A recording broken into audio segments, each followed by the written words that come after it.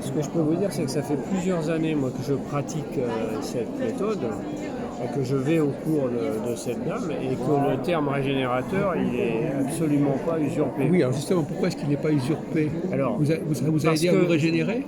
je vais vous dire, quand je vais à une séance, donc c'est des ateliers, moi je vais surtout aux ateliers mensuels où je vais au stage d'été, à chaque fois, entre le début de la séance et la fin de la séance, je me sens détendu, vraiment détendu et tonique.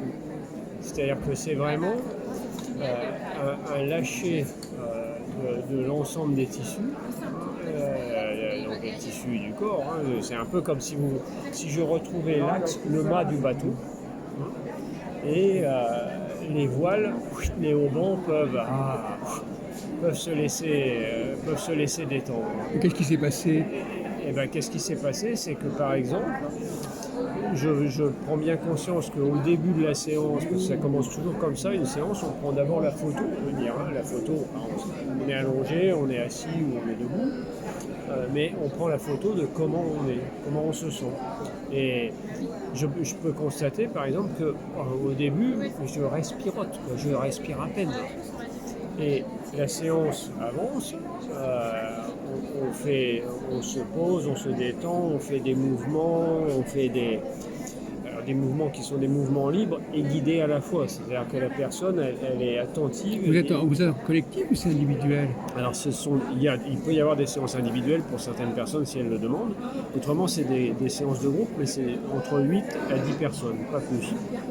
Et à ce moment-là, vous avez donc, une série de mouvements qu'elle guide. Elle fait surtout attention, puisque c'est des petits groupes, à ce que personne ne fasse des mouvements qui ne sont pas appropriés pour eux. Et puis après, à la fin de la séance, qu'est-ce que je constate? Et même déjà, d'ailleurs, une demi-heure après le début, ça y est, j'ai les sinus qui se libèrent, le nez qui s'ouvre, je me mets à respirer. Et par exemple, dans la dernière séance à laquelle j'ai participé, Oui. entre le début où je respirotais, vraiment c'était tout petit, et la fin, mais à la fin j'avais l'impression d'avoir le diaphragme qui s'ouvrait, qui s'écartait, et c'était vraiment tout à fait autre chose. Et à la fin de la séance, j'avais l'impression d'être complètement dilaté. Vous voyez. Et c'est resté longtemps ou c'est... Ouais, ça reste au moins, oui. Alors moi j'essaye de pratiquer une fois par mois, mais ça reste quelques jours. Et après l'important, c'est justement, vu ce qu'elle enseigne, ensuite par nous-mêmes, il y a des choses qu'on peut faire tous les jours de ce qu'elle enseigne, qui nous permet justement de rester dans cette souplesse, dans cette dilatation et tout. Je dirais que ce que je cherche à apporter cette méthode, c'est cette pratique plutôt, c'est vraiment de petit à petit que vous soyez le plus possible centré, bien chez vous, dans votre axe, dans votre verticalité, dans votre structure osseuse. Et petit à petit, de plus en plus ouvert, c'est-à-dire spacieux. Aujourd'hui, pouvoir accueillir ce qui est, finalement. Puisque aujourd'hui, le monde, il bouge quand même. Pas qu'aujourd'hui, mais ça bouge. Et donc, c'est vraiment vous amener à être centré et spacieux. Et petit à petit, de vous permettre d'être le plus souvent possible en état méditatif. Mais un état méditatif, ça ne veut pas dire ne rien faire. Ça ne veut pas dire juste rester assis et en silence. C'est le calme intérieur. C'est le calme intérieur et c'est être présent à ce que vous êtes en train de faire. Vous pouvez être en état méditatif pendant que vous êtes en train d'éplucher des aubergines. Et vous pouvez être en état méditatif quand vous êtes dans le métro. Mais alors ça passe par la parole, ce qu'elle fait? Alors, si je prends l'exemple d'une séance, vous allez avoir une première phase où elle va donner un petit enseignement qui ne va pas forcément durer plus d'un quart d'heure, qui va être pour on va dire le thème de la journée ou le thème de la séance, puisqu'elle a des cours journaliers, des cours hebdomadaires qui durent 1h30, 2 heures, et puis elle a des cours mensuels qui durent 3 heures. Donc elle va faire une petite introduction. Après, on va avoir une phase phase où on est soit allongé, soit assis, soit debout, et où on va écouter comment on se sent là à l'entrée, au début de la séance, comment on est, qu'est-ce qu'on a dans le, qu'est-ce qu'il y a, Est-ce que ça a à voir avec écouter ce que dit son corps. Est-ce que ça a à voir avec la sophrologie? Alors, ça n'est pas de la sophrologie, ça vient pas de la sophrologie, ça vient de l'eutonie, qui était de Gerda Alexander et qui était un travail de conscience du corps, et de l'art de la présence de Richard Moss. Plus d'autres choses, d'autres travaux qu'elle a fait à côté et de son expérience personnelle. Et donc une séance, vous allez avoir cette première phase d'enseignement, ensuite une phase d'écoute où j'en suis dans mon corps, juste maintenant je commence la séance, après une phase de mouvement, qui vont être des mouvements libres, mais à la fois guidés, c'est-à-dire qu'elle va faire attention à chacun de ces petits groupes de 8 à 10 personnes, de faire attention. Elle arrive à voir où vous en êtes, à vous oui, oui, à vous dire, attention, toi, si j'ai dit d'étirer les bras vers le haut, toi surtout, ne les tire pas comme ça, étire-le comme ça. Autrement, ton épaule, c'est fini, là. Tu vas avoir mal. Mais c'est un rapport avec un peu le yoga, quelque part? C'est une pratique occidentale et non pas orientale. C'est comme je vous disais, c'est basé sur l'eutonie de Gerda Alexander. Oui, donc l'eutonie, eutonie, ça veut dire tonus juste. Oui, c'est ça. Et donc, après cette phase d'écoute et cette phase de mouvement, ensuite vous allez avoir à nouveau, vous allez d'abord avoir une petite phase de silence qui peut durer plus ou moins longtemps suivant comment les gens sont expérimentés dans ce travail, dans lequel vous allez là vous tourner vers l'intérieur et sentir vraiment, c'est ce que je vous disais tout à l'heure, écouter ce que dit son corps et connaître autrement son corps de l'intérieur. Et ensuite, après cette phase de silence, vous allez à nouveau avoir une phase d'écoute qui est comment je me sens maintenant, où je suis maintenant. Alors, elle vous parle comment? C'est un discours que vous devez entendre dans un certain état. L'état, c'est au fil de la séance, vous entrez, on va dire, dans un état méditatif.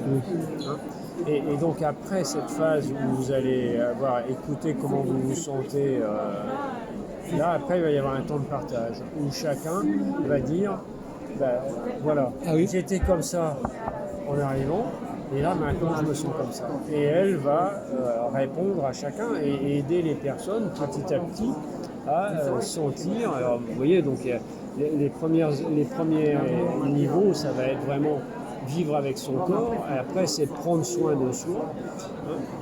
Et là, vous avez aller de la perception du moi habituel à la relation consciente à soi. Je vais vous poser une question. Quel est votre prénom? Je ne sais pas, vous avez un prénom? Moi, Guy. Est-ce que ça tient à sa personnalité, à sa personne?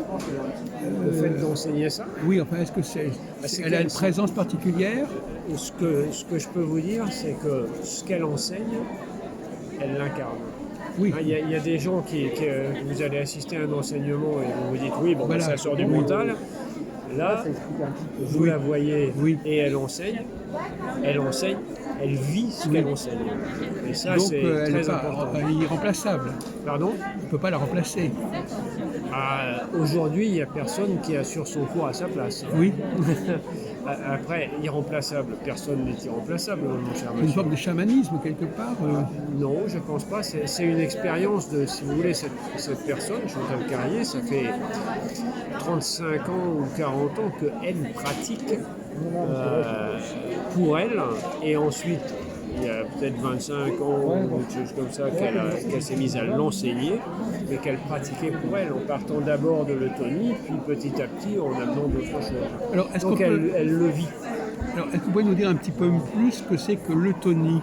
Parce que c'est une technique. L'eutonie, oui, c'était un travail. C'était une technique qui était très, très statique parce que ça avait été inventé ça avait été mis au point.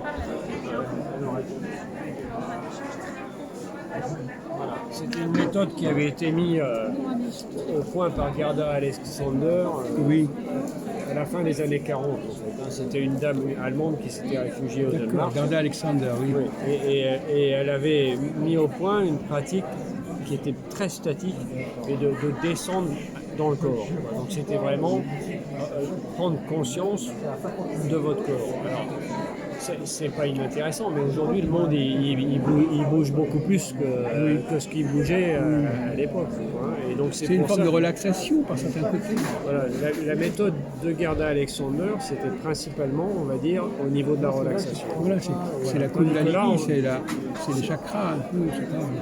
Oui, non, ça ne travaillait pas avec la Kundalini, cas, avec les chakras. C'était vraiment se déposer au sol et ensuite utiliser éventuellement quelques outils que va utiliser aussi Chantal Carrier. Il y a des mantras, il n'y a pas de mantra. Non, pas du tout. Non, pas du tout. Il y avait par exemple, vous allez prendre une balle de tennis, la mettre sous votre omoplate et puis sentir qu'est-ce que ça vous fait, qu'est-ce que ça change dans votre corps. Ça c'est fait, ça.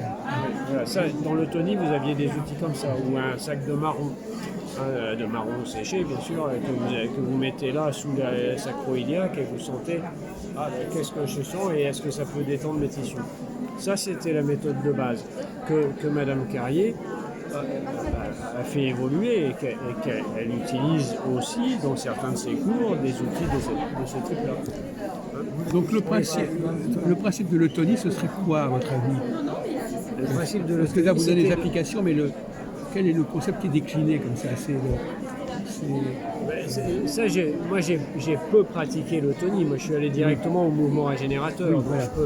Je peux difficilement rentrer dans les détails de l'eutonie, mais pour moi, c'était quelque chose qui permettait déjà de vous détendre. Mais c'était vraiment la détente. Là, avec Madame Carrier, vous allez au-delà de ça. C'est-à-dire que c'est vraiment, avec Madame Carrier, c'est un processus corps, conscience, cœur. C'est pas seulement la conscience de votre corps, de votre ressenti corporel, c'est vraiment pour vous amener à descendre par la sensation dans le corps, mais à connaître votre corps. Et les gens y arrivent. On leur dit de le faire, ils le font. Elle a des gens qui pratiquent avec elle, certains depuis 15 ans. Tellement ça leur a apporté de bienfaits. Vous avez des gens de ces élèves qui avaient fini parce qu'ils avaient déménagé et tout et qui reviennent. Actuellement, elle a des élèves qui ont déménagé, qui sont partis en province et qui se reconnectent, puisque maintenant on peut faire du distanciel, qui se reconnectent dans des sessions en distanciel. Donc il y a quand même quelque chose il y a un courant qui passe entre elle et ces personnes-là. Bien sûr. Oui, quand même. Alors il y a un fluide qui passe quelque part. Enfin, je ne sais pas si on peut dire ça. Ce que je vous disais, c'est que cette personne, quand elle enseigne, elle incarne ce qu'elle nous dit et ce qu'elle nous propose de faire, elle l'incarne. Ouais, c'est intéressant, mais en même temps, c'est vrai qu'on n'entend pas souvent ce genre de propos. Souvent, on a l'impression que la méthode, elle est indépendante de telle ou telle personne. C'est-à-dire oui, mais là, elle est la créatrice de cette méthode. Oui, d'accord, mais cette méthode, donc finalement, si elle devait disparaître, ça ne fonctionnerait plus. Alors, sauf si une de ses élèves ou un de ses élèves de longue date décide de continuer ça. Mais il faudrait qu'il en ait les moyens, il faudrait qu'il soit... Pardon ? Il faudrait qu'elle en ait les moyens, elle ne peut pas les former véritablement. Vous savez, des gens qui ont été... attendez, excusez-moi 2 minutes. Non, parce que c'est très mystérieux ce que vous dites. Ce sont des gens c'est comme le Dalai Lama, si vous voulez, qui doit choisir. Enfin, c'est des gens, c'est des élus quelque part. Enfin, non, je pense c'est que... pas donné à tout le monde. Est-ce qu'elle pourrait reconnaître, par exemple, autour d'elle des gens qui seraient prédestinés à ça Ça, je ne peux pas parler pour elle, mais je dirais, je ne pense pas qu'on puisse comparer ça à quelque chose comme le Dalai Lama. C'est autre chose. Non, mais je veux dire, choisir, elle doit reconnaître quelqu'un, qui aurait ce pouvoir, si on peut dire. Parmi ses élèves, elle peut effectivement dire, tiens, cette personne-là, elle est vraiment dedans. Elle dégage quelque chose. Oui, enfin, c'est pas seulement elle dégage quelque chose, c'est vraiment elle a compris. Elle a compris le processus. Donc ça veut dire qu'il y a beaucoup de gens qui ne comprennent pas pleinement le processus. Attendez, vous comprenez tout le temps ? Non, mais j'ai l'impression que c'est quand même très rare c'est rare d'arriver c'est rare de trouver quelqu'un qui est complètement assimilé et intégré son enseignement. Oui, enfin, sauf quand vous êtes le créateur vous-même de la méthode. Si vous voulez, moi j'ai été formé à une toute autre pratique sur le plan professionnel par quelqu'un qui en était le créateur, il le vivait. Oui. Quand vous êtes le créateur, vous le vivez. Oui, c'est Or, cette intéressant. personne-là, elle le vit. Non, c'est intéressant, mais c'est inhabituel, c'est inusuel. Les gens ont souvent des méthodes, des savoirs qui, voilà, ça ne passe pas par une personne en particulier. Non, mais bien sûr, vous allez dans une école, on va vous apprendre des techniques. Oui. Là, c'est pas des techniques, c'est vraiment une pratique. Et c'est une pratique, vous voyez, c'était. Où est-ce que j'avais ça tout à l'heure? Alors, j'ai dû le mettre de côté. Voilà. Ça passe par une pratique régulière. Tenez, madame. Oui, j'essaie de comprendre, hein. Excusez-moi, mais j'essaie de comprendre. Ça passe par une pratique régulière et un engagement. Par exemple, cet atelier qu'elle anime actuellement, Oui. à votre avis, qu'est-ce qui s'est passé, qu'est-ce qui va se passer? Pardon? Qu'est-ce qui peut se passer dans cet atelier, par exemple? Alors, dans l'atelier qu'elle anime actuellement, ça s'appelle se ressourcer. Voilà, ça s'appelle quoi? Méditation et non faire. Oui. Alors, à votre avis, méditation et qu'est-ce qui va se déclencher là-dedans? normalement, l'idée, cette pratique, elle vous amène à être le plus aligné possible, donc à être le plus centré possible, à être centré terre-ciel, et à être, comme je vous disais tout à l'heure, spacieux, donc à pouvoir accueillir ce qui est. Ça peut être, quand vous êtes dans un lieu comme ici où il y a quand même beaucoup de bruit, ça peut être, ça vous amène à être là et à ne même plus être dérangé du tout. Excusez-moi de vous Et puis, finalement, à atteindre cette tranquillité. Mais au début, c'est un verbe. Elle est dans le verbe. Ah non, elle va. Enfin, cette personne, elle vous enseigne. Elle va vous dire en quelques mots vers quoi on va tenter Et à d'aller. partir du moment-là, alors comment ça se déclenche? Comment ça démarre, ce truc-là? Il y a un mouvement qui va commencer à Après, elle va vous enclencher. proposer des mouvements pour vous délier le corps. En fait, l'idée, elle est quand même d'apprendre à se centrer, se ressourcer, se réharmoniser, redécouvrir joie et liberté de mouvement, éveiller la présence à soi à l'autre, réveiller son potentiel créateur. Donc c'est vraiment, ça va vous amener à assouplir la colonne vertébrale, réharmoniser le tonus musculaire, libérer la respiration. Je ne sais pas si je vous le disais tout à l'heure, moi dans les cours, pratiquement à chaque fois, au bout d'une demi-heure, alors que je m'apercevais que je respirotais au début, au bout d'une demi-heure, je respire, mais à plein poumon. Oui, vous m'avez dit ça, oui. Oui. Et pourquoi? Parce que ça s'est détendu. Et les autres aussi ressentent ça. Oui. Donc c'est une espèce d'égrégore comme ça, on est dans un état comme ça collectif, on est dans une sorte de Tout à fait. mouvement spécial. Non, j'ai du mal à saisir, mais merci beaucoup. Hein.